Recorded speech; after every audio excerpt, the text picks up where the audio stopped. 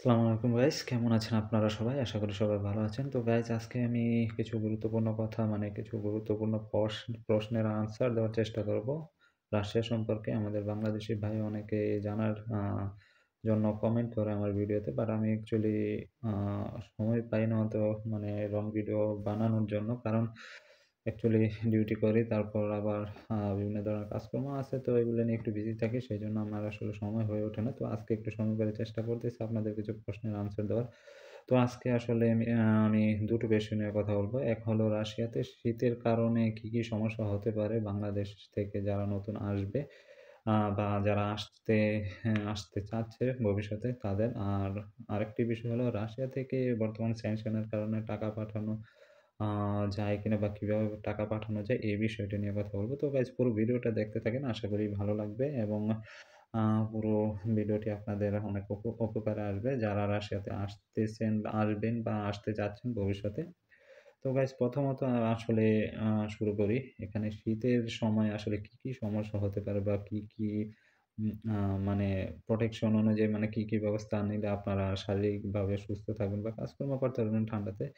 তো guys, mainly আসলে আ শুরু করি আসলে শীতটা আসলে এখানে কেমন? অ্যাকচুয়ালি রাশিয়াতে প্রচন্ড শীত, প্রচন্ড ঠান্ডা।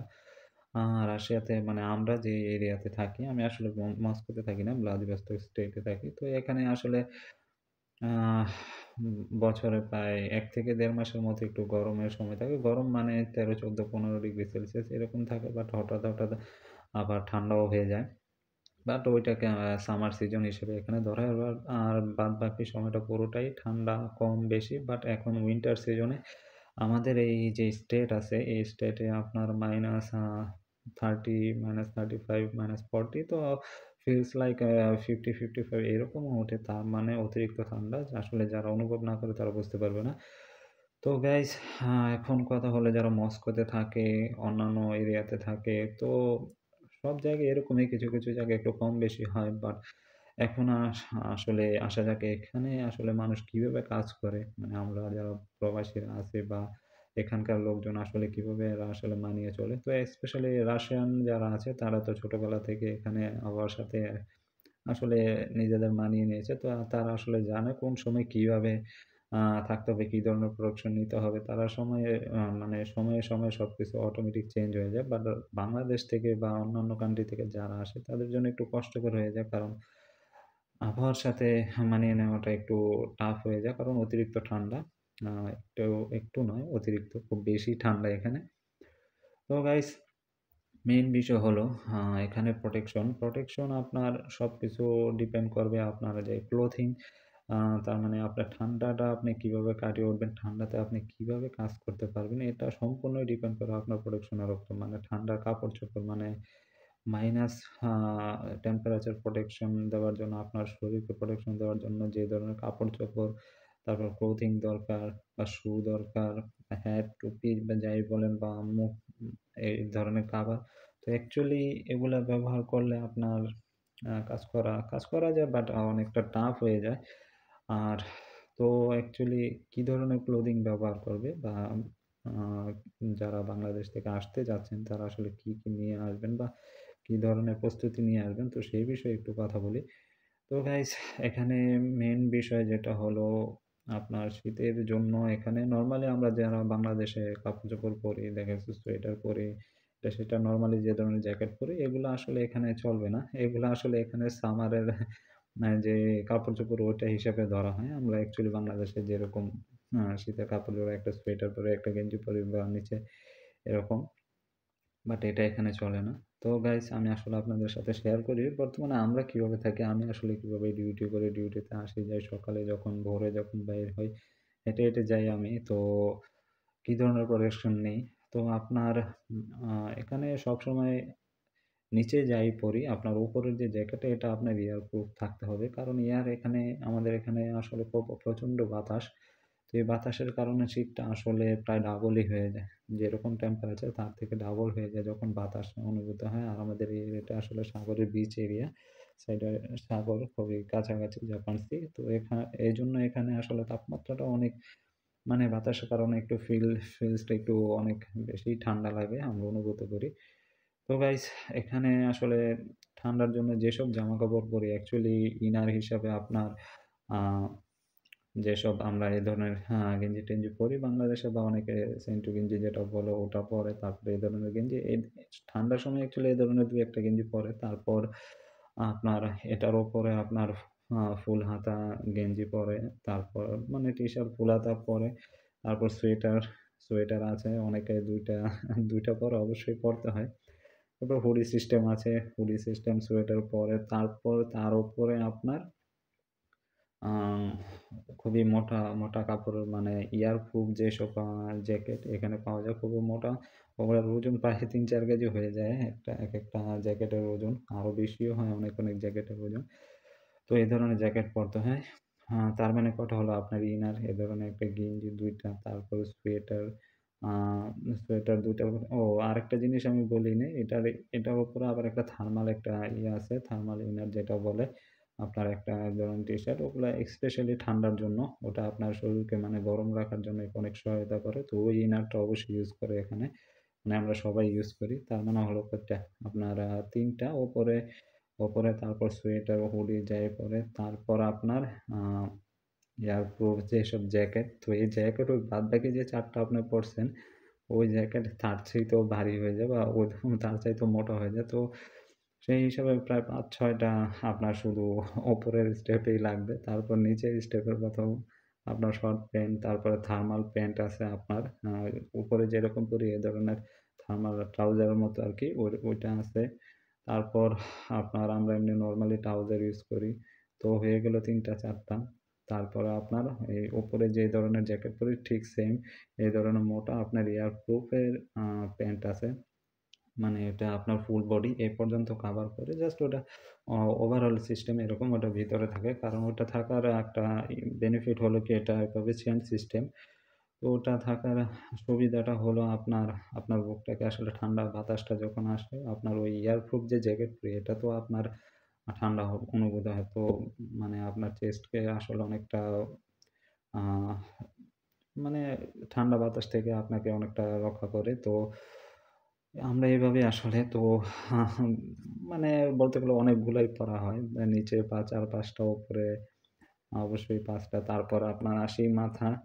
মাথা কারণ আমরা বাংলাদেশে যারা আ ঠান্ডাতে চলাফেরা করি, শীতের সময় তো অবশ্যই আমরা কান-টুপি ইউজ করি। মাথাতে মাফলার-টাফলার আসলে এখানে মাফলার-টাফলার ওরকম ইউজ করি না। বাট এখানে যে টুপি আছে, এই ধরনের টুপি আমরা অনেক ইউজ করি।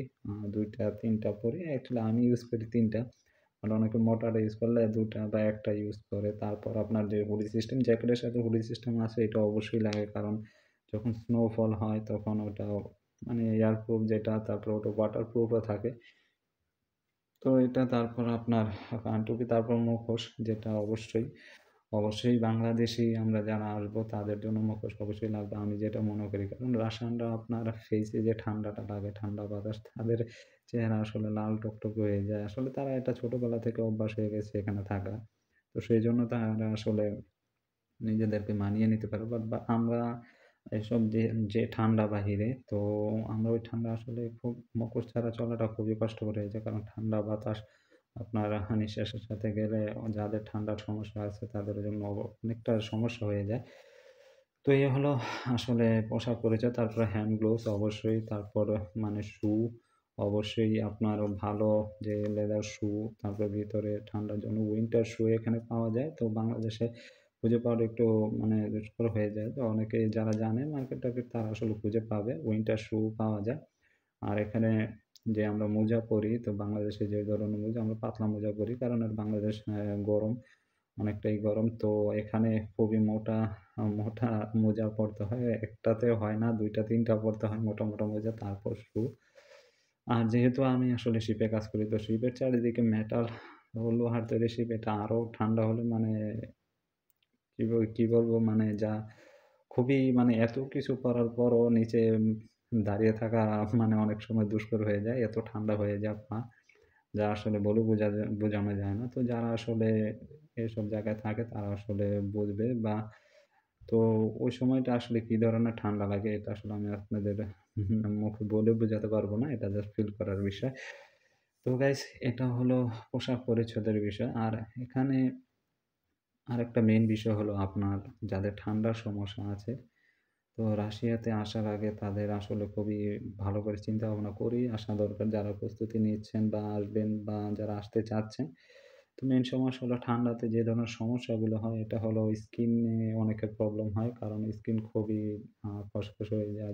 যাদের চুলকানি বা বিভিন্ন ধরনের ঠান্ডার আ তারপরে অ্যালার্জিজনিত সমস্যা, এই ধরনের সমস্যা যাদের আছে তাদের জন্য একটু মুশকিলই হয়ে যাবে ঠান্ডাতে।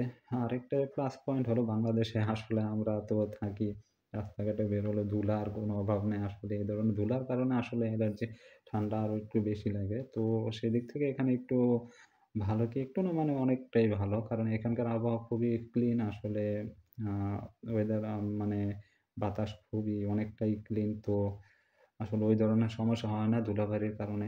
জাস্ট আপনি যদি প্রোটেকশন নিয়ে চলেন, তো আশা করি আপনার মানে আ অতটা সমস্যা হবে না যাদের ঠান্ডার আছে। কারণ আমি নিজেকে দিয়ে প্রমাণ করতে পারি। আমি অ্যাকচুয়ালি বলতে পারি বাংলাদেশে যদি আমি ৬ মাসে ঠান্ডার জন্য আমরা যে ধরনের ওষুধপত্র খাই, কারণ রাস্তাঘাটে বের হলে ব্যবসা-বাণিজ্য অনেকের চাকরি-টাকরি আসা যাওয়া করা লাগে বাসে এই জায়গায় সেই জায়গায়। তো ঠান্ডা, জ্বর, কাশি, হাঁচি, কাশি এগুলা লেগেই থাকে সর্দি বাংলাদেশে। বাট এখানে আমার মনে হয় না যে আমি ২ বছরের মতো রয়েছি। তো আলহামদুলিল্লাহ আমার মনে হয় না যে বাংলাদেশে যে ধরনের আসলে ৬ মাসে যে ধরনের খরচ হয় ওষুধপত্রের জন্য এখানে ২ বছরও হয় নাই। এরকম কারণ এখানে আসলে আবহাওয়াটা মানে ঠান্ডাও হলেও আপনি যদি প্রোটেকশন নিয়ে চলেন তো অতটা সমস্যা হবে না। বাট যাদের স্কিন অ্যালার্জি, তারপরে ঠান্ডার কিছু অনেকের সমস্যা থাকে মানে শ্বাসকষ্ট বা এরকম। তো আর যাদের সর্দি কাশির সমস্যাটা একটু বেশি তাদের আসলে ট্রিটমেন্ট করে আসলে চিন্তা ভাবনা করে আসা দরকার। কারণ এখানে সবসময় ঠান্ডার মধ্যে কাজ করতে হবে। এটাই সত্য। কারণ এখানে আসবেন কাজ করতে। কাজ ছাড়া আর কিছু করা যাবে না। আর এখানে আরেকটা জিনিস কি আপনি যতক্ষণ বাহিরে থাকবেন ততক্ষণ আসলে খুবই ঠান্ডা। যদি আপনি কোনো মানে শপিং মল বা ক্লিনার হিসেবে যদি অনেকে কাজ করে জানি আমি অনেকে জানতে চাইতেছে ভাই ক্লিনার হিসেবে বরফ ক্লিন করে এটা সেটা আমি জানি না আসলে ওইসব বিষয়। তো যারা আসলে ভিতরে কাজ করবেন বাসাবাড়ি বা শপিং মল বা দোকানপাটের ভিতরে যারা কাজ করবেন তাদের জন্য অতটা সমস্যা হবে না। কারণ সব জায়গায় হিটার সিস্টেম আছে। আ ভিতরে সবসময় গরম। তার মানে আমরা যখন বাহিরে থাকি খুবই ঠান্ডা। যখন অ্যাপার্টমেন্টে ঢুকি তখন আসলে ফিল হয় না বাহিরে আসলে ঠান্ডা কতটা আছে কিনা। কারণ এটাকে হিটারে আপনার রুম সবসময় গরম থাকে। গরম পানি থাকে লাইনে সবসময় গোসল-টোসল করার জন্য। তো ওদিক দিয়ে কোনো সমস্যা নেই। জাস্ট মেইন ইস্যু হলো আপনার প্রোটেকশন নিয়ে চলতে হবে সবসময়। নিজের প্রতি খেয়াল রাখতে হবে যাতে কোনো সমস্যা না হয়। ঠান্ডাটা আপনার শরীরে না লাগে। এটাই আরকি সবচেয়ে মূল বিষয় যেটা ঠান্ডা আপনার শরীরে লাগতে দেওয়া যাবে না। তো আশা করি সবাই বুঝতে পারছেন আসলে। তো যে বিষয়গুলো আমি আসলে আপনাদের সাথে শেয়ার করার চেষ্টা করতেছি। আসলে হয়তোবা অতটা ভালোভাবে আমি বলতে পারতেছি না। বাট আমি চেষ্টা করতেছি আপনাদের প্রশ্নের যে উত্তরগুলো ওগুলা কভার করার জন্য। তো গাইস এটা হলো ঠান্ডার বিষয়। আরেকটা হলো আ বাংলাদেশে আমরা রাশিয়া থেকে কিভাবে টাকা পাঠাই বা টাকা পাঠানো যায় কিনা বর্তমানে এই বিষয়টা। এটা হলো গাইস বর্তমানে স্যানশন, ইউএস স্যানশনের কারণে রাশিয়ার সব ধরনের বিজনেস বা সুইফট কোড ব্যাংকিং সিস্টেম সবকিছু বন্ধ। তো ইন্টারন্যাশনালি রাশিয়া থেকে আপনার বাংলাদেশে ব্যাংকের মাধ্যমে ডাইরেক্টলি আপনি এই রাশিয়ান কোনো ব্যাংক থেকে আপনার বাংলাদেশ ব্যাংকে ডাইরেক্টলি টাকা ট্রান্সফার করতে পারবেন না। এটা এখনো পর্যন্ত মানে অফ আছে। যতক্ষণ না পর্যন্ত স্যাংশন না ওঠে। তো আম এখন প্রশ্ন হলো কিভাবে টাকা পাঠায়? তো গাইস এখানে টাকা আসলে আমি যতটুকু জানি এখানে আ চাইনিজ এর কিছু ব্যাংক আছে। তো এখানে আপনারা অনেকে ইউয়ান রাশিয়ান রুবেল থেকে আপনার চাইনিজ ইয়েনে চেঞ্জ করে তারপর টাকা পাঠায় অনেকে। তারপরে এটাতে অনেক ধরনের অনেক কস্ট পড়ে যায় একটু বেশি। মানে আপনার যে ফিস এটা প্রায় ২-৩ হাজার টাকার মতো পড়ে যায়, একটু বেশি পড়ে। তাছাড়া আরো কিছু আছে অনেকে ট্রান্সফার করে। তো গাইস এগুলো আসলে আ ভিডিওতে ওভাবে বলা যায় না। আসলে সমস্যা আছে। তো গাইস আমার মনে হয় আহ যারা আসবেন তাদের আসলে ওইটা নিয়ে মানে টাকা পাঠানো নিয়ে ওই ধরনের সমস্যাটা হবে না অতটা বেশি। তো যেভাবে একভাবে না একভাবে ইনশাআল্লাহ হয়ে যাবে। এটা আল্লাহ ব্যবস্থা করে দিবে। তাছাড়া এছাড়া আমাদের অনেক স্টুডেন্ট ভাইদের টাকা পয়সা লাগে। তো তাদের দ্বারাও আমাদের কিছু হেল্প হয়। অনেক সময় আমাদের দ্বারাও তাদের কিছু হেল্প হয়। তো এই হলো বিষয় গাইস। তো ইনশাআল্লাহ আশা করতেছি আমরা হয়তোবা ব্যাংকিং সিস্টেম আবার নতুন করে চালু হবে। আমরা চাই সবাই ব্যাংকিং সিস্টেমে সুন্দরভাবে টাকা পাঠানোর জন্য মানে সেফলি। তো যাতে আমাদের আ ফিস মানে transaction transfer money transfer charge অনেকটা কম লাগবে। তো গাইস তো মেইন বিষয় যেটা আসলে টাকা পাঠাতে পারবেন কিনা এটা। তো আমার মনে হয় না টাকা পাঠাতে কোনো ধরনের সমস্যা হবে। ইনশাআল্লাহ হয়ে যাবে। যখন আসবেন তখন নিজেদেরই ধারায় আসলে ওয়ে খুঁজে পাবেন অবশ্যই। এটা আসলে ভিডিওতে আপনাদের সবকিছু খুলে বলা যায় না। আসলে এটা ঠিকও না। আসলে আমি এটা পছন্দও করি না ব্যক্তিগতভাবে। তো আ গাইস যারা পুরো ভিডিওটি দেখছেন তাদেরকে অসংখ্য ধন্যবাদ। আশা করি সবাই ভালো সবারই উপকারে আসবে এই ভিডিওটা। তো গাইস ভিডিওটি ভালো লাগলে লাইক দিবেন, শেয়ার করবেন, চ্যানেলে সাবস্ক্রাইব করে আমাদের পাশে থাকবেন। তো আমি প্রতিনিয়ত চেষ্টা করব আপনাদের বিভিন্ন ধরনের প্রশ্নের উত্তর দেওয়ার জন্য। কোন ধরনের প্রশ্ন আপনাদের যদি থাকে কোন ধরনের অবশ্যই কমেন্ট বক্সে জানাবেন। আমি চেষ্টা করব সময় করে আপনাদের প্রশ্নের উত্তর দেওয়ার। আর অবশ্যই ভিডিওটি বন্ধুদের সাথে শেয়ার করবেন। কারণ আপনাদের শেয়ারের কারণে হয়তোবা বাসাতে অনেকে আসতে চাইতেছে বা প্ল্যান করতেছে বা আসবে। তাদের কাছে এই ধরনের ভিডিওটা পৌঁছালে তাদের অনেকটা উপকার হবে। তারা অনেক কিছু আসলে জানতে পারবে। তো গাইস অবশ্যই শেয়ার করবেন। সেই সাথে আ চ্যানেলে সাবস্ক্রাইব করবেন। ইনশাআল্লাহ ভালো থাকবেন সবাই। তো অবশ্যই কোনো কিছু জানার থাকলে কমেন্ট বক্সে জানাবেন। ইনশাআল্লাহ আমি আপনাদের কমেন্টসের উত্তর দেওয়ার চেষ্টা করব। তো ভালো থাকবেন সবাই। আসসালামু আলাইকুম।